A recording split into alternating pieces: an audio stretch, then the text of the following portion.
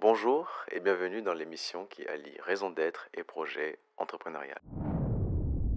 Ce qui me tient, c'est la foi, Ouais, l'amour et surtout la détermination. J'avais envie dans un monde aujourd'hui où l'individualisme l'individu est roi finalement. et le partage devient un bol d'air frais. Être déterminé pour faire quelque chose, Mm, il faut avoir cette envie, il faut être passionné, mm, il faut être investi. On ne s'engage pas, que ce soit dans un projet entrepreneurial ou même dans le domaine humanitaire, pour faire joli. Lorsqu'on agit, on pose ce genre d'action, on donne un sens à sa vie. En fait, avec vous, si on regarde les imperfections, parce que l'être humain il est imparfait, ouais. donc Dieu il est parfait. Si on regarde les imperfections, on fait rien, on n'aide pas les gens.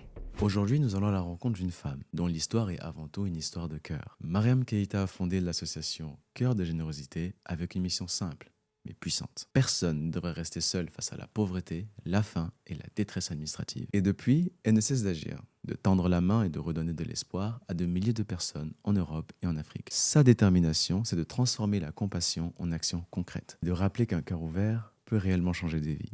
Je vous en dis pas plus et je vous laisse découvrir Madame Mariam Keïta. Bonjour, je m'appelle Mariam Keïta, fondatrice de l'association Cœur de générosité, donc, qui a été fondée donc, en avril 2022. Je suis également salariée dans une institution financière et je suis également entrepreneur, épouse et mère d'une jeune fille. Si je peux présenter l'association, donc c'est une association bien évidemment qui a maintenant 3 ans, qui est active. Donc c'est une association, une petite association pour le moment et nous avons donc pour ambition de l'agrandir avec beaucoup d'actions, déjà des actions qui ont été menées et on a l'intention d'en faire encore et encore davantage. C'est tellement naturel de discuter avec vous parce que je pense qu'on a eu l'occasion d'échanger plusieurs fois. On connecte sur pas mal de sujets, Absolument. sur l'engagement humanitaire, le fait d'aider les plus démunis. Mhm. Et aujourd'hui, votre action, moi, elle m'a touché, Mhm. elle m'a beaucoup impressionné parce que c'est pas tout le monde qui se donne, qui souhaite, enfin plutôt qui se donne les moyens de vivre sa passion, de financer ses projets, d'être au premier rang. C'est pas évident. Souvent, les gens sont braqués, se disent que c'est pas possible. Chacun pense un peu à ses intérêts personnels, mais vous avez ce cœur d'aider les plus démunis. C'est ça qui vous nourrit en fait chaque jour, chaque matin. Absolument. Donc, on va débuter notre podcast, hein, un peu Oui. comme ça. Est-ce que vous pouvez nous expliquer un peu la genèse, le début de cette aventure qui a d'abord commencé, j'imagine, par un engagement social, Mhm. associatif et qui est finalement devenu un projet entrepreneurial. Est-ce que vous pouvez nous aider à avoir un peu plus clair? Alors oui, en fait, c'est un héritage familial. Mm. J'ai vécu dans une famille très aimante, Mhm. bienveillante, présente dans notre parcours de vie. Mhm. Et il y avait à manger, à boire pour tout le monde. Et mon papa faisait beaucoup de dons. Et Mm. nous avions ce privilège de pouvoir l'accompagner Mm. sur les lieux de donation. Mm. Donc, c'est un schéma familial que je reproduis. Mm. C'est tout à fait naturel pour moi Mm. de donner ce que j'ai reçu. Mm. J'ai reçu beaucoup d'amour, euh, beaucoup de soutien, Mhm. et même jusqu'à présent. Mm. Et donc, c'est quelque chose de naturel pour moi. C'est un legs qui m'a été transmis et à Mm. mon tour aussi que j'essaie de transmettre à Mm. ma fille. Wow. Il s'appelle Ivana, notamment. Tout à fait, qui Elle a quel s'appelle âge? Ivana. Ivana a 20 ans. 20 ans, wow, déjà très grande. Oui. Quelle place elle occupe dans ce projet entrepreneurial? En fait, Ivana est la vice-présidente. Ok. À 20 ans déjà. 20 ans déjà, Ok. vice-présidente. Mm. C'est aussi mon assistante derrière, donc, dans ce que je fais. Mm. On a une relation très fusionnelle. Mhm. On communique énormément. Et donc, elle m'accompagne, on discute sur les projets. Donc, elle a été aussi présente donc, sur les différents projets qui ont été pilotés. Ah, donc vous accompagnez sur le terrain. Elle nous a accompagnés, elle m'a accompagnée et elle est toujours présente. Et donc, d'où notre présence aussi ensemble aujourd'hui. Vous avez communiqué cet engagement social. Absolument. C'était naturel pour moi. Mm. Vous savez, on vit dans un monde aujourd'hui où l'individualisme, L'individu est roi, finalement. exactement, l'isolement Mm. prennent le pas. Et le partage devient un bol d'air frais. Mm. Et en fait, moi, aujourd'hui, je souhaite, pour le peu de temps qui me reste, transmettre cette Mm. bienveillance, cet Mm. amour, Mm. cette solidarité et cette aide, et la transmettre aussi aux générations futures, dont fait partie ma fille. Et comme je lui dis toujours, je ne peux pas te promettre, je souhaiterais voir mes petits-enfants, mais si je ne peux pas avoir cette chance que tu puisses continuer l'œuvre de cœur de générosité et la Mm. porter plus haut. Waouh. Mais ce qui moi genre, je suis pas à l'état d'être fasciné, mais ce qui me touche particulièrement, c'est que bah, vous n'avez pas abandonné votre rêve, vous n'avez pas abandonné votre passion, Pas du tout. vous êtes accroché. Complètement. Donc, ça veut dire que vous êtes marié, vous Oui. avez votre vie de couple, Tout à fait. vous êtes mère, Tout à fait. vous avez un projet entrepreneurial aussi à gérer, Tout à fait. vous avez peut-être la famille, des Absolument. actions religieuses. Tout à fait. Ça fait beaucoup. Oui, Dans absolument. une société moderne où on va Tout de à fait. plus en plus vite. Je me dis, mais comment vous faites? Et surtout, comment vous gardez le cœur? Sans prétention aucune, je suis peut-être née comme ça, Mhm. peut-être. Et puis, ce qui me tient, c'est la foi, Oui. l'amour et surtout la détermination. Parce qu'il faut être déterminé pour faire quelque chose. Il faut avoir cette envie, il faut être passionné, Mm. il faut être investi. On ne s'engage pas, que ce soit dans un projet entrepreneurial ou même dans le domaine humanitaire, pour faire joli. Mm. Il y a des malheureux, des démunis. La vie de certaines personnes dépend de nous. Mm. Et donc, il faut être investi, il faut être engagé. Mm. Il faut avoir ce cœur, cette envie-là Mm. de partager et de donner de l'amour. Moi, j'ai beaucoup d'amour. J'ai souvent un peu de mal avec ma fille qui a tendance à me recadrer en me disant « Maman, j'ai 20 ans. » Elle fait valoir ses droits. Voilà, maman, j'ai 20 ans. Voilà, donc oui, c'est la détermination et je pense que je suis née, c'est mon ADN. Waouh. Oui, C'est votre why, exactement. votre raison d'être, Tout à fait, le partage. exactement. D'où le nom de cœur de générosité. Absolument. Tout à fait. Oui, il a été quand même finalement bien choisi, hein. Ouais. Je me dis que le cœur, c'est le siège des sentiments et des émotions, tout simplement. Mm. Et la générosité, c'est le fait de donner sans compter. Parce que quand on fait ce genre d'action, Mm. on n'attend rien en retour. Mm. Ah, c'est fort ça. Comment c'est... J'allais vous poser la question, Ouais. c'est qu'est-ce que vous ressentez lorsque vous êtes au cœur de l'action? Est-ce que vous êtes vraiment en train de donner un don? J'imagine, vous sortez dans la rue, vous marchez, vous croisez une personne qui est démunie. À la vision de cette personne, qu'est-ce que vous ressentez dans votre cœur? Qu'est-ce qui vous pousse à vouloir l'aider et aller jusqu'au bout de votre engagement? Parce qu'aujourd'hui, on peut se contenter seulement de donner de l'argent à SDF et de passer son chemin. Mais vous créez une association, un cadre dans lequel cette personne elle pourra se reconstruire et peut-être retrouver de l'aide. Qu'est-ce que vous ressentez en fait au cœur de l'action? Très, très, très bonne question. En fait, on ne la pose jamais, cette question. Et elle est fondamentale. En fait, lorsqu'on agit, on pose ce genre d'action, on donne un sens à sa vie. Ok. Parce qu'il faut prendre du recul. Il Mm. ne faut pas être happé par ce que la société aujourd'hui nous montre. Mm. On donne un sens à sa vie, première des choses. Deuxième des choses, on est submergé par une série d'émotions positives qui influencent notre bien-être nous-mêmes et qui nous procurent une satisfaction personnelle. On travaille pour gagner un salaire, c'est vrai. Mais le fait d'être utile envers ces genres de personnes, je peux vous garantir que c'est galvanisant, c'est un satisfecit innommable en fait. Mm.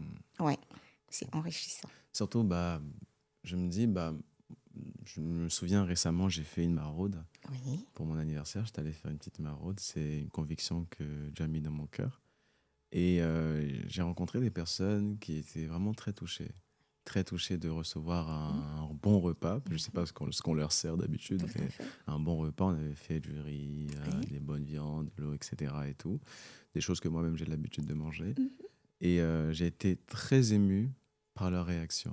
Parce que ce qui semble ordinaire pour nous Absolument, est quelque chose de vital pour eux. C'est complètement. même un luxe. Tout à fait. Et dans un monde où aujourd'hui on est très individualiste, où des fois C'est pas un reproche que je fais, parce que moi-même, je suis comme ça. Plusieurs personnes le sont aussi. On pense à nos difficultés, parce qu'à notre échelle aussi, on a des Mhm. responsabilités.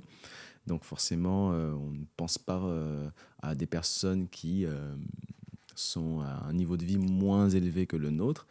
Et le fait de faire ce type d'action, ça nous rend humbles et plus reconnaissants. Absolument. Et ce qui m'étonne, j'insiste encore là-dessus parce que pour moi c'est quelque chose de fondamental, c'est que vous donnez sans arrêt.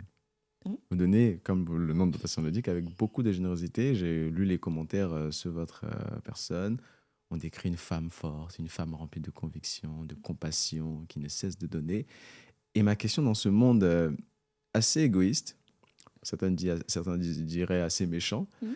est-ce que ce cœur n'a pas été finalement été en conflit avec des comportements, des événements qui ont pu diminuer ce feu que vous avez? Alors, je vais être honnête avec vous. Si on regarde les imperfections, parce que l'être humain, il est imparfait. Oui. Donc, Dieu, il est parfait. Mm, Si on regarde les imperfections, on fait rien, on n'aide pas les gens. mm, Il ne faut pas regarder, j'ai été déçue, oh oui, mm, mais cette déception m'a fait grandir davantage et a continué à me persuader que j'avais fait le bon choix. oui. On rencontre de tout, Mm, des personnes avec des promesses sirupeuses, parce que ça fait du bien entendre dans l'oreille, oui. mais après on ne les voit pas. Donc moi j'ai compris au gré des expériences de la vie qu'il ne faut pas avoir d'attente, Mm, il faut faire les choses. Celui qui souhaite s'associer, tant mieux, qu'à cela ne tienne, mais moi je fais ma part. mhm, Comme disait papa, tu mm, fais ta part, tu n'attends rien. Et c'est ce qui me tient. Parce que si on regarde à droite, à gauche, on arrête tout de suite. oui. Et il ne faut pas, C'est vrai ce que vous dites parce que le découragement peut être vite arrivé. complètement. Pour les personnes qui nous écoutent, des personnes qui ont aussi à cœur de mener un projet similaire au vôtre, pourquoi pas des bénévoles, Mhm. pourquoi pas des cadres, des investisseurs, est-ce que vous pouvez nous donner un exemple peut-être un peu plus précis d'un cas où une personne n'a pas su répondre à ce cœur de générosité, vous a peut-être déçu, Oui. et comment vous avez réagi par rapport à cette action? En fait, c'est une personne... Sans citer de nom, bien sûr, non, je hein. ne citerai pas le nom, mais la personne Mm, se reconnaîtra. En fait, tout se passait très bien au début. Et puis, vous savez, quand on est dans l'humanitaire, mm, il faut être réactif. mm, Parce qu'il y a des urgences, parce que voilà, il faut être très, très réactif. Il ne faut pas être dans la procrastination.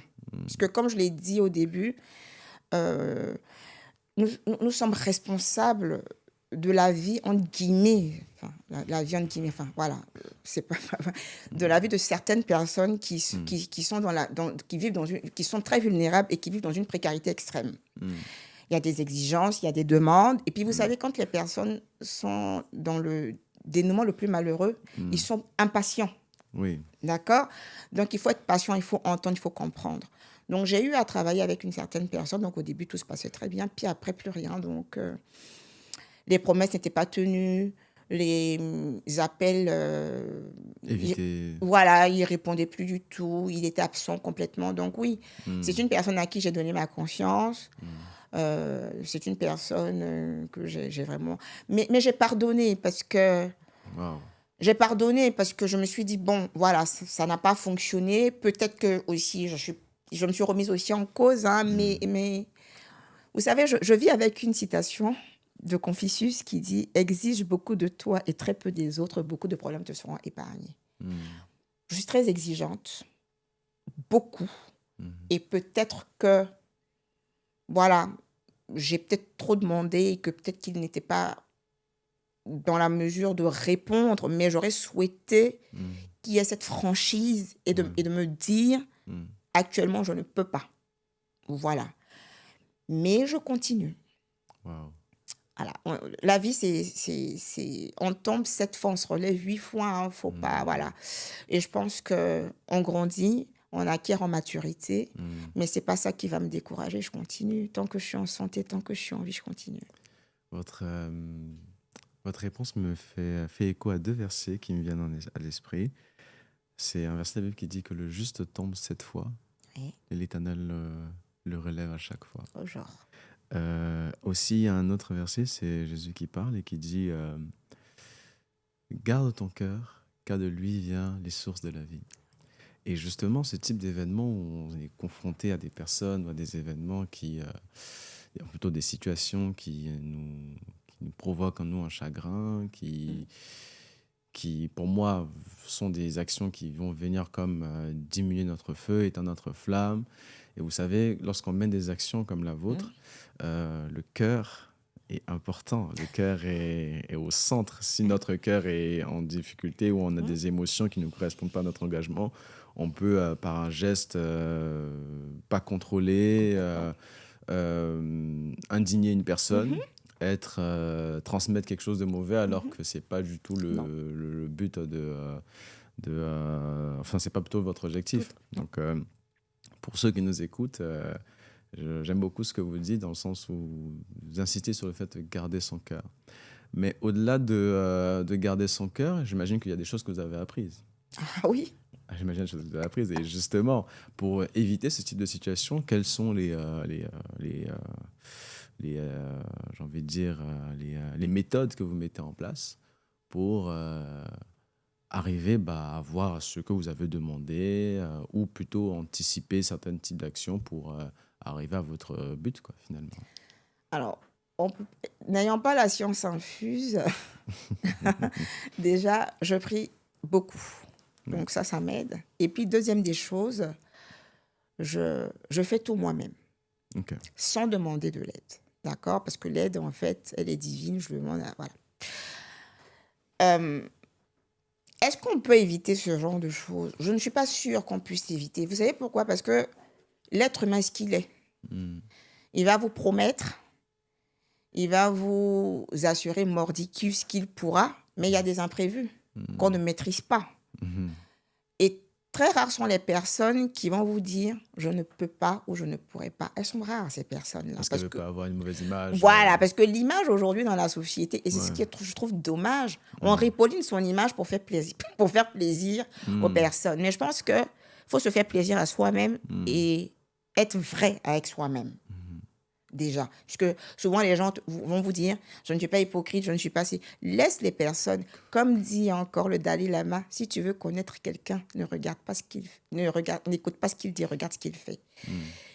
Donc moi je regarde, j'écoute, mais je fais à côté. Je ne ferme pas la porte parce que mon rôle aussi, quelque part, c'est de transmettre aussi cela. Il ne faut pas fermer la porte, puisque j'ai compris aussi qu'on n'est pas tous pareils, on est tous différents. On a des modes de pensée, une perception de la vie aussi différente. Donc, comme c'est mon bébé, mon entreprise... Oui, Ivana, c'est mon bébé, mes entreprises... Vous savez, je ne joue pas avec... J'ai quelque chose où... Alors, c'est un reproche qu'on m'a fait, mais moi, je prends pour... Je ne prends pas pour un reproche. Que ce soit ma petite entreprise ou même l'association, c'est comme des enfants pour moi. C'est comme les petits frères d'Ivana. J'y tiens comme la prunelle de mes yeux. Et on est toujours mieux servi que par soi-même. Je tendrai toujours la main, mais je ferai toujours plus pour ne pas être déçu, tout simplement. Wow. Alors, il y a une question qui me revient encore à l'esprit, c'est... je me disais... Parce que vous êtes au cœur des actions humanitaires, vous êtes sur le terrain, vous analysez, vous définissez vos projets, etc. On y reviendra un peu plus tout à l'heure. Mais je me dis, selon vous, qu'est-ce qui empêche finalement d'autres personnes de mener ce type d'action, de faire des dons, de penser aux plus démunis, d'être finalement altruiste? Qu'est-ce que, selon vous, d'après votre analyse, parce que vous êtes sur le terrain, qu'est-ce que vous voyez, qu'est-ce que vous constatez, quoi, finalement? Selon moi, il y a plusieurs paramètres qui rentrent en compte. Il y a la peur. La peur.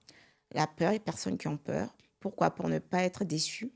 Parce que vous savez, quand vous attendez, il ne faut pas faire quelque chose pour attendre un retour, parce que forcément, vous êtes déçus. Oui. Il y a cette peur, cette méfiance. Il y a les normes sociétales aussi aujourd'hui. Il y a le statut social aussi. l'entreprise peut vous conférer un certain statut et certaines personnes vont se dire, c'est pas à moi, c'est à la société. Je ne suis pas responsable. Il y a un État, il y a des ministères et charge à eux de faire. Donc, il y a certaines personnes qui ont cet esprit-là. Donc, qui éprouvent peu d'intérêt à aller vers les autres parce qu'ils sont aussi dans une zone de confort. Et quand on est dans une zone de confort, on ne pense pas forcément... On ne prend pas de recul. Pourquoi? Parce qu'on se vêtit correctement, on part en vacances, on n'a pas le souci de bien manger, de partir en vacances. Voilà. Alors que beaucoup de personnes ont ce problème, ne vont pas en vacances, n'arrivent pas à se soigner correctement, n'arrivent pas à se vêtir, ont du mal. Voilà, donc la fatigue émotionnelle aussi, parce que le surménage fait que je pense à moi, je me regarde moi, je n'ai pas le temps pour les autres. Donc voilà, ça peut être des exemples qui font que certaines personnes éprouvent un désintérêt à vouloir aider l'autre. Wow. Vous avez, encore une fois, m'avez rappelé... décidément, aujourd'hui, vous me rappelez beaucoup de choses. M'avez rappelé un autre verset qui dit lorsque ta main gauche donne, je pense que c'est la main gauche, la main droite, mais lorsque l'une de tes mains donne, ne regarde pas ce qu'elle a donné ou ce qu'elle doit recevoir. Donc, en fait, le fait de donner avec un cœur, j'ai envie de dire sincère, sans rien attendre de retour, c'est une forme d'amour, finalement. C'est surtout de l'amour envers c'est des personnes... En fait, justement, pour faire le lien avec ce que je disais tout à l'heure, c'est de dire, quand vous voyez une personne, parce que je veux, au travers de cette émission, que vous puissiez communiquer votre flamme. Moi, franchement, j'aimerais un monde avec plus de personnes comme vous. Avec plus de personnes qui partagent, qui donnent, qui ne regardent pas ce qu'ils donnent, mais qui le font avec un cœur sincère, avec un bon cœur. Et quand vous voyez une personne qui est dans la difficulté, ça fait écho à la question que vous avez posée précédemment, mais je me dis, elle est fondamentale. Quand vous voyez une personne qui est dans la difficulté, qu'est-ce que vous ressentez? Qu'est-ce qu'il y a dans votre cœur qui vous dit, je dois faire quelque chose? Parce que vous avez aidé un jeune homme ukrainien, il me semble. Un jeune Africain étudiant en Ukraine. En Ukraine. Peut-être que moi, si j'aurais vu cette personne, je serais passé. Mais vous l'avez regardé, vous avez écouté, vous avez étudié sa situation, vous avez décidé de poser des actions concrètes. Et qu'est-ce qui vous a poussé à le faire? Je rentre souvent, en fait, les mots des personnes me touchent. C'est-à-dire que je suis quelqu'un de très émotive. Okay. Les mots me touchent. Je me sens concernée par le problème de X, Y, Z. Que je sois proche de cette personne ou pas du tout. Pourquoi? Parce que ça reste un être humain. Wow. Nous ne sommes pas des cyborgs quand même. Même si la société en produit. Oui, la société en produit. Oui. Moi, je suis de l'époque où on lisait, où on échangeait. Aujourd'hui, tout le monde est braqué sur le téléphone. Voilà, donc, voilà. Moi, les mots me touchent. Je ne peux pas aider toute la terre entière parce que je n'ai pas les moyens. Mais si j'avais ces moyens, je l'aurais fait. Mais ça me touche. Je ne vais pas pleurer, mais je vais diffuser un sourire. Parce que la bonne humeur, elle est quand même contagieuse. Hein. Il y a des personnes, souvent, je n'ai pas de pièces. Quand ils me demandent, je m'arrête. J'échange et je souris. Et cette personne me dit... D'ailleurs, en parlant de ça, il y en a une que je vois tous les matins au travail. Je m'arrête. Des fois, je lui dis, je suis désolée, je n'ai pas de pièces. Elle me dit, c'est pas grave, j'ai gagné ma journée aujourd'hui parce que j'ai eu un sourire. Wow. Voilà. Bon, c'est ma nature, hein. Tout le monde n'est pas comme ça. Hein. Tout le monde n'est pas... Voilà, il paraît que je transmets de la bonne humeur, je suis comme ça. Parce qu'on vit quand même une société... on vit dans un monde où on est interdépendant. Absolument. On dépend chacun de l'autre. Ah, complètement. Donc, chacun a son rôle et il est important que chacun soit, entre guillemets, à sa place, j'ai envie de dire. Mais je comprends, en fait, au travers de votre réponse, que vous avez une sensibilité à ce type, à ce type d'événement, à ce type de situation. Et je pense que c'est cette sensibilité dont on a besoin pour vraiment réagir en tout cas comme vous, faire mener des actions, peut-être aller encore plus loin. Oui, J'espère qu'on a des personnes qui iront plus loin. D'ailleurs, si vous souhaitez soutenir l'association Cœur de Générosité, vous êtes à la recherche actuellement de tout à bénévoles, fait. d'investisseurs. Donc, Oui. si vous ne pouvez pas être sur le terrain, vous pouvez investir. On mettra le lien du site internet. Si vous voulez mener des actions directement sur le terrain parce que ça vous passionne, parce que vous êtes en contact de gens dans le réel, bah, n'hésitez pas aussi à vous inscrire sur le site internet de Cœur de Générosité. Pour revenir justement aux actions concrètes, Oui. aux actions sur le terrain, vous avez mené Oui. une opération Côte d'Ivoire. Est-ce que vous pouvez nous en dire un peu plus? Il y a eu 3 opérations menées en Côte d'Ivoire. Oui. Je n'étais pas physiquement sur place, mais elles ont été pilotées depuis ici. Waouh. 3 actions. La première action, c'était la Fondation Mère Teresa. Donc, avec un envoi de kit de layette, avec une représentante. J'ai une représentante sur Abidjan. La deuxième action, c'était les femmes d'un quartier. C'était femmes seules, hein, des familles monoparentales, donc pour lesquelles on a fait des dons alimentaires.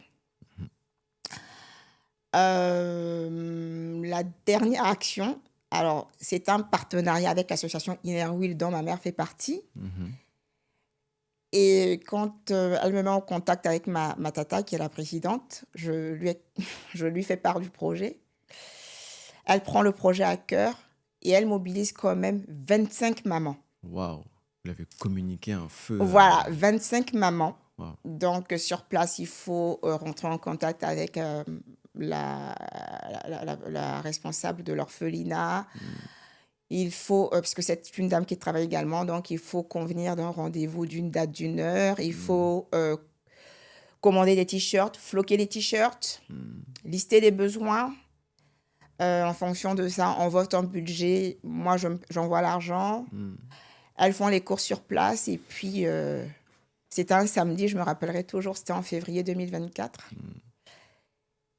Et elles y vont.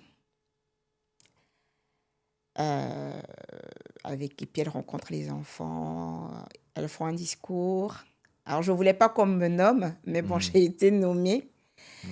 Et c'était émouvant. Et dans la cagnotte, il restait 76,22 €. J'y tiens parce qu'il y a une histoire derrière. C'est une somme peut-être dérisoire. Et en fait, quand on me demande qu'est-ce qu'on fait de cet argent, est-ce qu'on te le rend? Je dis non.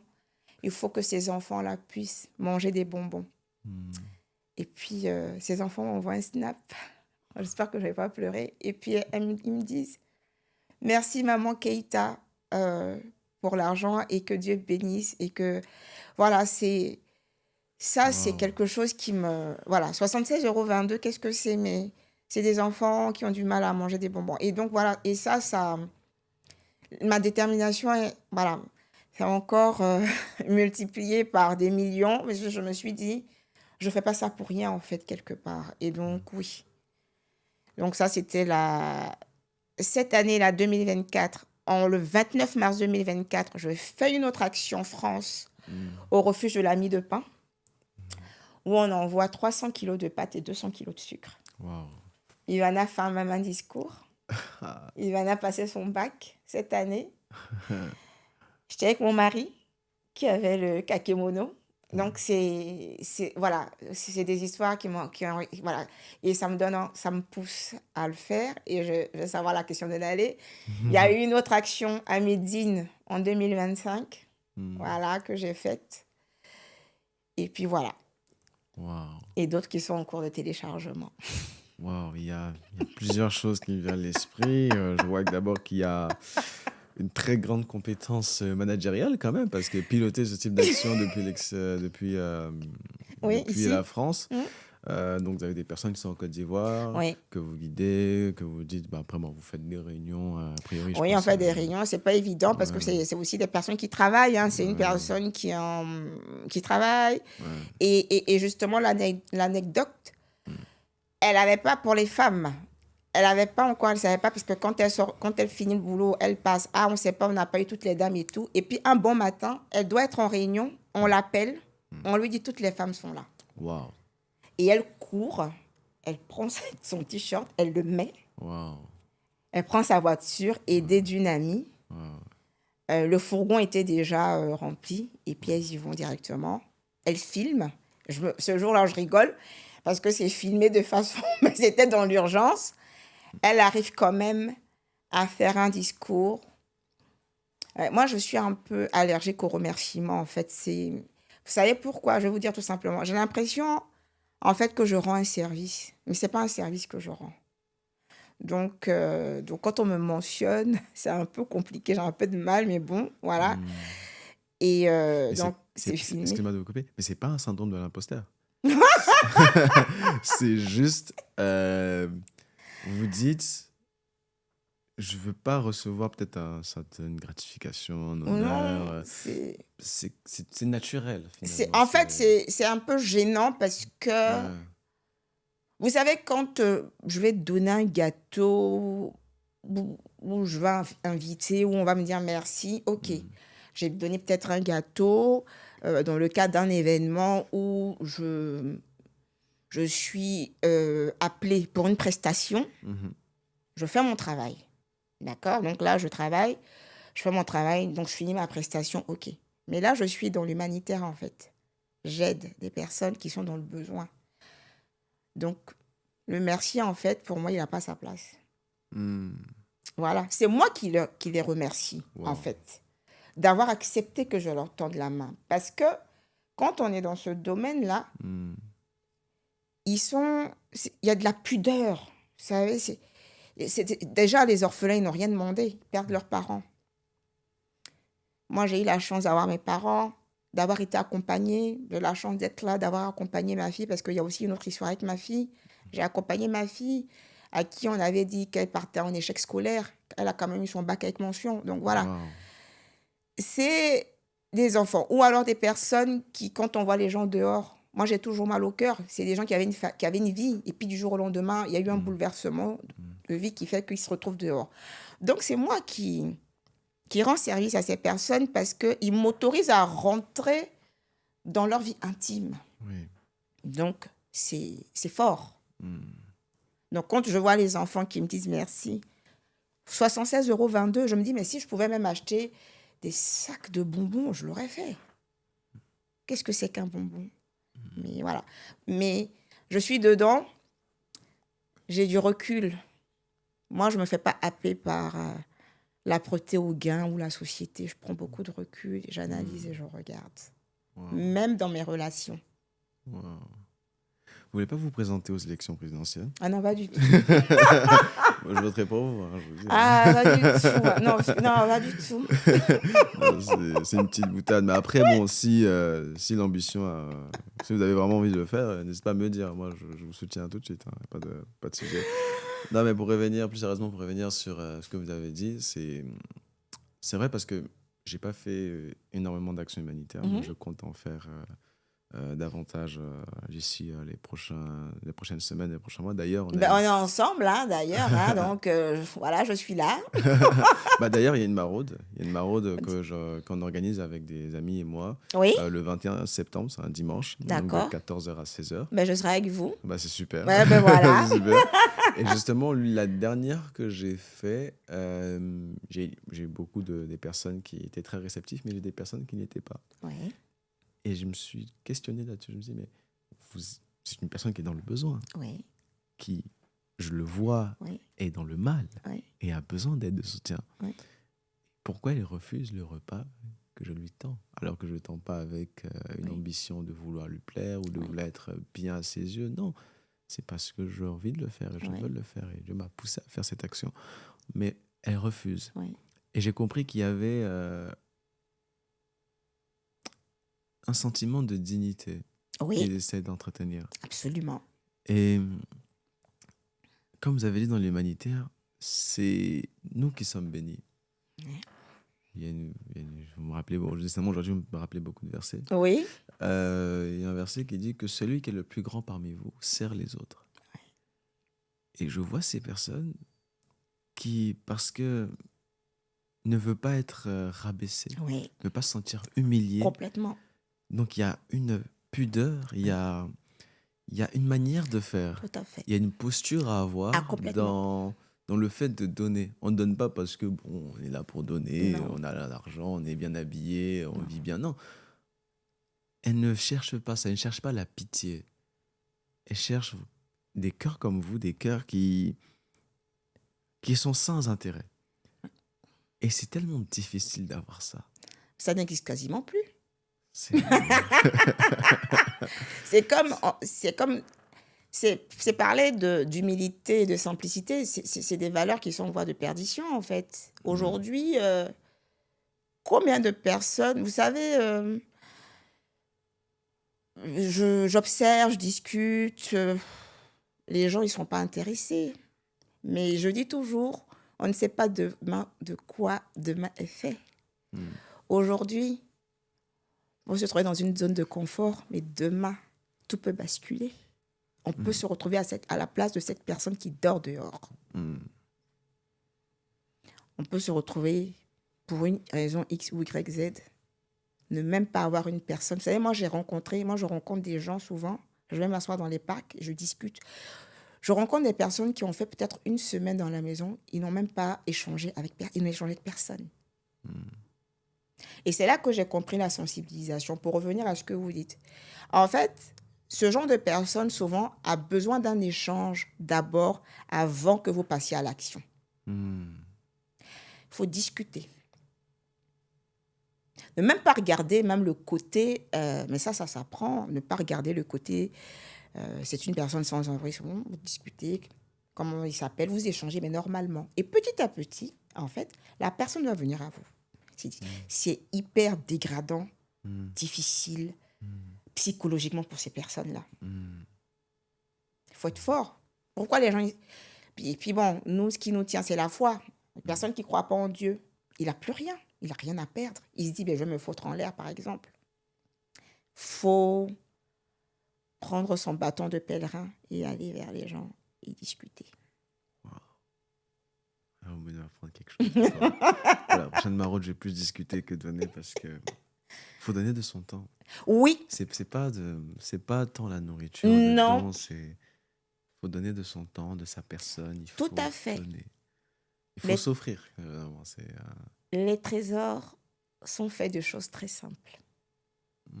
C'est pas un compte en banque ou un métier, un statut social, c'est pas ça. Qu'est-ce qu'on peut en faire? On s'en fout à la limite. Mais qu'est-ce qu'on fait pour les personnes qui sont dans le besoin? Et Dieu seul sait combien il y en a. Ça, il y a même des gens avec qui on travaille qui sont en difficulté. Hein. Mais ils ne disent pas. Ah non. Il y a la honte. La gêne. Puis il y a des gens qui s'égosillent, qui n'ont aucune humilité de venir. Ma maison secondaire, ma voiture, mon souci. Eh ben, celui qui est à côté, peut-être que ça fait 5 ans, il n'est pas là en vacances, qui croule sur les dettes. Et puis, bonnement, tu viens, tu expliques, toi, ta vie. Souvent, il faut quand même avoir un peu de décence. Et ça n'existe plus non plus. C'est le jeu, le nombriliste, là, le jeu. Socrate dit, je sais que je ne sais rien. Ce serait bien qu'il y ait encore des livres, parce que là, l'outil numérique a tué carrément tout ça. Moi, ma fille va me demander c'est qui Socrate. Mais là, Socrate me parle du iPhone 16 Pro Max. Mais c'est une autre génération également. Et comme disait mon papa, on vit avec sa génération. Donc, ce que nous, on peut faire, c'est transmettre. Voilà. Et ne pas se décourager. Parce que si on se décourage, on tue carrément tout ce qu'on a fait. Et ce n'est pas le but. C'est pas le but. C'est fort. J'espère que plusieurs auront ce feu-là. En tout cas, moi, j'ai appris. On n'a pas encore fini, mais j'arrête pas d'apprendre en vous écoutant. C'est très instructif. Aussi, une question qui revient, parce que c'est bien, on fait des projets, on aide les gens, mais il faut aussi avoir les moyens de le faire. Donc, il faut avoir des ressources financières. Aujourd'hui, vous menez beaucoup d'actions. Et comment vous Vous gérez ça un peu financièrement? Comment, quelles sont vos sources de revenus, si je peux être un peu Oui, indiscret?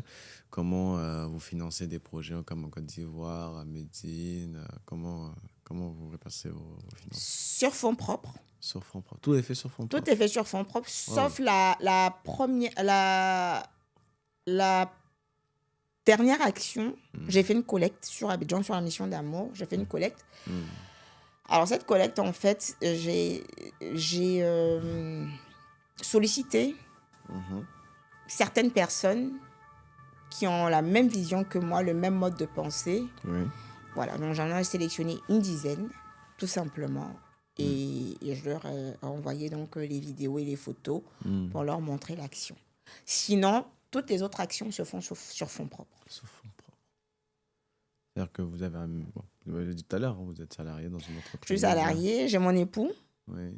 Qui vous qui soutient. m'aide, qui me soutient énormément Oui. Ok. dans toutes les causes, qui me soutient, qui est là, qui est présent. Et Ivana a une marque de vêtements sur les réseaux sociaux qui finance l'association. Je te taquine. Question qui revient parce que vous êtes maman. Oui, Vous avez un rôle très particulier Ouais. quand même au sein de votre foyer. Ouais. Est-ce que dans toutes ces actions, vous trouvez du temps pour à ma fille. passer avec Ivana? Absolument. D'ailleurs, Ivana, je peux venir, Ivana, hein, parce qu'il faut qu'on te voit quand même, hein, Ivana. Ivana, je ne sais pas si c'est possible à la régie. Il faut que tu sois à côté de maman, je pense. Juste là. Ouais, tu peux être là, oui. Donc, bonjour Ivana. Bonjour. Bienvenue. Donc, c'est votre fille, Ivana. Donc, vous êtes en train de dire, est-ce que vous trouvez du temps à passer avec Ivana? j'ai toujours privilégié ma fille. Ma fille, c'est la plus belle chose qui nous soit arrivée. Hein, je ne vais pas parler pour moi. J'ai toujours trouvé du temps. Hmm. Pendant des années, je me suis mise à temps partiel pour m'occuper de ma fille. Wow. Et donc, nous communiquons sur beaucoup de choses. Il n'y a pas de sujet tabou. Mhm. Et j'ai du temps pour elle. Waouh. Waouh, bah, elle a mené beaucoup d'actions, comme tu l'as vu. Bon, de toute façon, tu es au cœur du terrain comme elle. Mais elle dit que c'est la plus belle chose qu'elle a pu avoir dans sa vie. Je ne rajouterai rien là-dessus. Ça témoigne vraiment de l'amour que vous lui portez. Et peut-être qu'aujourd'hui, lorsque vous étiez des enfants, vous dites qu'elle serait peut-être au pied d'Ivana à leur place. Ivana aurait peut-être dans ce type de difficulté, de situation. Et c'est peut-être aussi une extension de l'amour que vous lui portez, Oui. qui revient finalement sur ces enfants qui sont dans des têtes de difficultés finalement. Oui, parce que j'ai reçu aussi de l'aide pour ma fille. Hein. J'ai eu toute une équipe mobilisée jusqu'à aujourd'hui pour ma fille. Et il y a même un ouvrage qui est en cours de téléchargement où j'explique effectivement. Vous savez, aujourd'hui, on a tendance à vouloir gravir en échelon au sein de l'entreprise. Ouais. Voilà, c'est... Moi, j'ai renoncé à certaines choses pour ma fille. Wow. Ce que je me suis dit, on peut toujours rebondir en étant adulte. Mais un enfant, on ne doit pas louper son éducation. On doit être impliqué dans le parcours de vie de notre enfant. Et moi, j'ai privilégié ma fille. Aujourd'hui, ma fille vole de ses propres ailes et on a toujours nos soirées, nos discussions, nos échanges. Voilà. Rien n'a changé. Wow. C'est fort ça. Mais toi, Ivana, qu'est-ce que tu en penses, toi, du projet de maman? Comment tu te vois à l'avenir dans ce projet? Du coup, je disais que je trouve que, honnêtement, elle m'a déjà transmise cette qualité de vouloir aider les gens, parce que j'ai remarqué que dans mon entourage, que ce soit avec mes amis, des membres de ma famille, par exemple, j'aime beaucoup aider en cas de besoin, donner des conseils, être présente quotidiennement pour eux. Et je trouve que c'est vraiment un projet incroyable. Par exemple, déjà, plus tard, je me vois faire des voyages humanitaires. Wow. Non, c'est vrai, je me projette, je me vois faire des voyages humanitaires, aller dans les pays où il n'y a pas forcément les moyens pour les aider, etc. Donc, je trouve que c'est vraiment un bon projet. En plus, elle y met tout son cœur, donc je trouve ça vraiment génial. Ouais. Et c'est la meilleure mère du monde parce qu'il faut savoir que quand j'étais petite, et je reviens juste sur ce qu'elle a dit par rapport au fait qu'elle était en temps partiel pendant plusieurs années, en fait, il faut savoir que c'était pour moi parce que les vendredis, c'était un vendredi sur deux, mais c'était, on va dire, mes moments où j'avais certaines rééducations pour mon handicap, qui est la dyspraxie. Enfin, c'est un handicap invisible. La dyspraxie, c'est une sorte de trouble neurologique qui a un impact sur mon apprentissage scolaire. J'ai également un trouble de l'attention. C'est pas forcément quelque chose qui se voit, mais j'ai dû j'ai dû bénéficier d'une orthophoniste, d'une psychomotricienne, d'une ergothérapeute, et puis j'ai pu voir en plus un psychologue pour parler de mes soucis personnels, etc. Parce qu'au début, je le vivais très mal, mais les vendredis, je ne travaillais pas pour pouvoir m'accompagner à mes séances, du coup. Ok. Mais c'était... en fait, ça m'impressionne ce que tu dis parce que toi aussi, tu as eu tes moments difficiles à ton échelle. Oui. Aujourd'hui, tu es au cœur de l'action humanitaire avec maman. Et on rappelle quand même que tu as eu ton bac avec mention. Mention quand même, c'est pas rien. Et dans ton entourage, est-ce qu'il y a des personnes qui connectent avec cet engagement? Oui, il y a quand même des personnes... après, j'ai souvent des copines... voilà, pour le moment, je pense qu'ils se préoccupent pas forcément de l'humanitaire, etc. pour l'instant. Mais par exemple, j'ai une meilleure amie à moi qui est très, très humaine. Et je sais que elle a aussi de l'empathie. Elle a toujours été là pour moi. Donc, elle est très humaine. Donc, je sais que ça l'intéresserait, par exemple, de fonder une association, de me soutenir dans mes projets, etc. Et donc, oui, j'ai pas forcément un entourage qui sont, on va dire, engagés dans des associations qui voyagent humanitaires, etc. Mais en tout cas, moi, j'aime beaucoup ce... Je te pose la question parce que justement, je rappelle que tu as 20 ans. Et à 20 ans, on n'y pense pas forcément. Non, c'est ça. On a peut-être d'autres choses à faire. On a notre image, notre statut sur les réseaux sociaux. Il y a beaucoup de choses qui nous viennent à l'esprit. Mais maman t'a transmis un feu. Ce feu, tu le gardes, tu le fais vivre. Et ce que je trouve touchant dans ton témoignage, c'est que tu as été preuve de difficulté, mais tu n'as pas regardé à ce que tu vis. Tu as aussi essayé de communiquer le cœur de générosité autour de toi. Oui. Donc c'est vraiment une très, très, très, très, très bonne chose. Et en fait, j'ai 2 jumelles en face de moi. Je ne sais plus qui est Myriam ou qui ne l'est pas. Franchement, c'est vraiment très émouvant. Très, très émouvant. On est déjà presque à la fin. Ivana, si tu veux bien prendre ta place, je vais finir avec maman, mais merci pour ton passage. Donc voilà, nous sommes arrivés quasiment à la fin.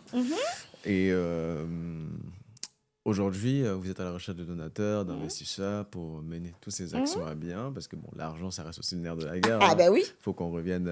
C'est la réalité. Donc aujourd'hui, vous êtes à la recherche d'investisseurs, de bénévoles. Okay. Donc s'il y a des personnes qui aujourd'hui, qui sont en train de nous écouter, souhaitent vous soutenir dans votre action, dans votre engagement, à quoi ils participeraient? Quelles sont les actions qu'ils pourraient faire? Mais en fait, il y a quand même pas mal de projets sur lesquels nous réfléchissons. Mais là, le projet là, qui me vient là, donc après celui que je vais faire, c'est équiper, vraiment on a besoin de couveuses et d'incubateurs de façon à ce que les prématurés puissent gagner en espérance de vie. Wow. Voilà, parce que et puis aider également ce qu'on appelle les bébés kangourous, parce qu'aujourd'hui, par manque de matériel, peut pas, les bébés prématurés, malheureusement, ne vivent pas longtemps. Donc ça, c'est quelque chose aussi qui me touche énormément. Donc si on peut, voilà. Et ça, c'est l'objet de ma prochaine action, lever des fonds pour équiper, tant soit peu, voilà, des maternités ou des hôpitaux, des centres hospitaliers en incubateur et en couveuse, vraiment, pour aider. Voilà, c'est ce que je peux faire. Ensuite, on a d'autres, doter les écoles en outils numériques également aussi. Est-ce qu'il y a des enfants? En Europe, en Afrique, où se situent exactement les actions humanitaires? Alors, un peu partout. Là, on fait Abidjan. Il était question aussi, donc ça aussi, c'est à voir. Donc, il faut que je trouve le temps parce que c'est toute une organisation. Il y a un projet qui devait se faire l'année dernière, mais qui ne s'est pas fait. C'est le projet Cora Solidaire. Mhm. C'est-à-dire aller voir les enfants malades, donc notamment les enfants atteints de cancer, que ce soit à Necker ou autre. Donc avec la Cora, avec un musicien. Faire découvrir cet instrument de musique mandingue à des enfants. Voilà, échanger. Donc en fait, Cœur de générosité, c'est pas forcément dédié à l'Afrique. C'est vraiment le cœur pour tout le monde. Ok, super. Bah donc, du coup, s'il y a des personnes qui, imaginons aujourd'hui, vous avez des bénévoles qui veulent vous soutenir d'un point de vue humain, Oui. par exemple, une action que vous pourrez mener, ça serait quoi? Comme par exemple, en France, je veux dire, après, ça peut aussi être en Afrique, hein, mais le Oui. type d'action, je veux dire, sur le terrain. Vous avez parlé des couveuses, vous avez Oui, parlé de la ça c'est chorale en Afrique. en Afrique. Mais je veux dire aussi également des actions, pourquoi pas peut-être en Europe aussi, qui peuvent être Oui. menées. Oh, il y a plein de choses. Hein. Vous êtes allé à la mie de pain, c'est le Tout pain à de mie, fait. ouais, La mie de pain. la mie de pain, ouais. Oui, on a envoyé 300 kilos de pain, 300 kilos de soudure. Ouais. Le but aussi, ici, c'est de faire découvrir, en fait, un peu notre univers, notre culture, lorsqu'on va faire des visites, que ce soit dans les EHPAD, d'accord, des chants, des tenues traditionnelles, de la danse. Voilà, parce qu'il faut visiter aussi les EHPAD, hein, aussi, les papiers, les mamies, voilà, pour leur donner un peu de lumière, leur diffuser de la bonne humeur. Les enfants aussi, donc leur montrer des paniers à apprendre à tisser, par exemple, des poupées, voilà, donc il y a tout ça.